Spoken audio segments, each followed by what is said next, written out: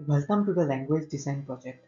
In this session, we will explore a practical approach to designing a new programming language. Let's dive in and learn how we can create a language from scratch. Today, our objective is to design a new programming language focusing on the syntax, semantics, and basic features. This hands-on experience will help you apply the concepts you have learned throughout the course in a real-world context. Why would you want to design a language?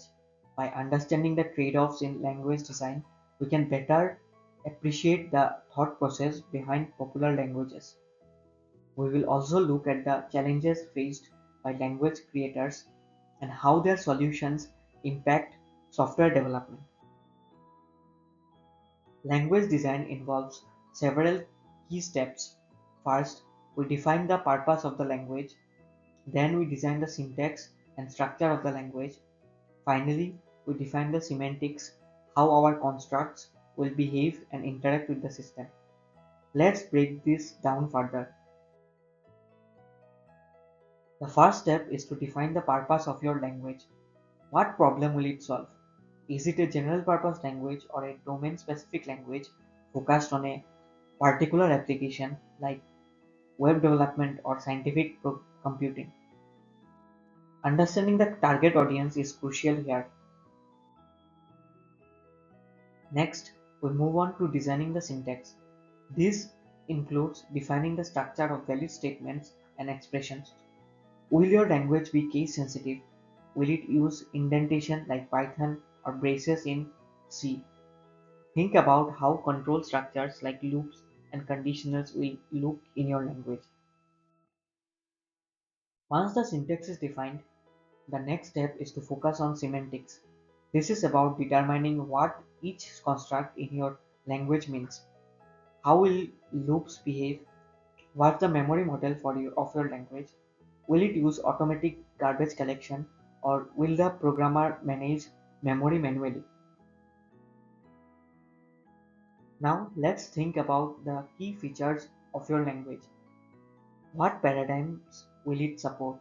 Is it imperative, functional, or object oriented? What features will make your language unique and stand out from the rest? Designing a language involves using several tools and frameworks. You will need to create a prototype using an interpreter or a framework. There are also tools like Antler or Lex and Yak to help the parsing process. Once the language is designed, documenting its grammar, syntax, and semantic is essential. Now it's time for the practical exercise. You will be working either individually or in small teams to design a programming language. You will need to focus on defining the purpose, syntax, and semantics of your language. Keep in mind the trade-offs in language design. After completing your design, you will share your language with the class. You will discuss the rationale behind your decisions, such as why you chose a particular syntax or memory model. It's a great opportunity to learn from each other and get feedback.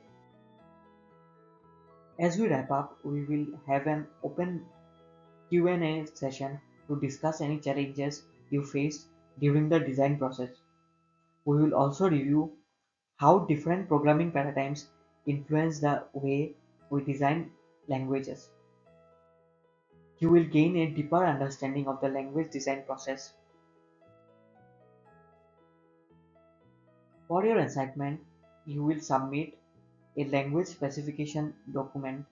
This document should include your language purpose, syntax, grammar, and semantics. Be sure to outline key features and any innovative aspects of your language.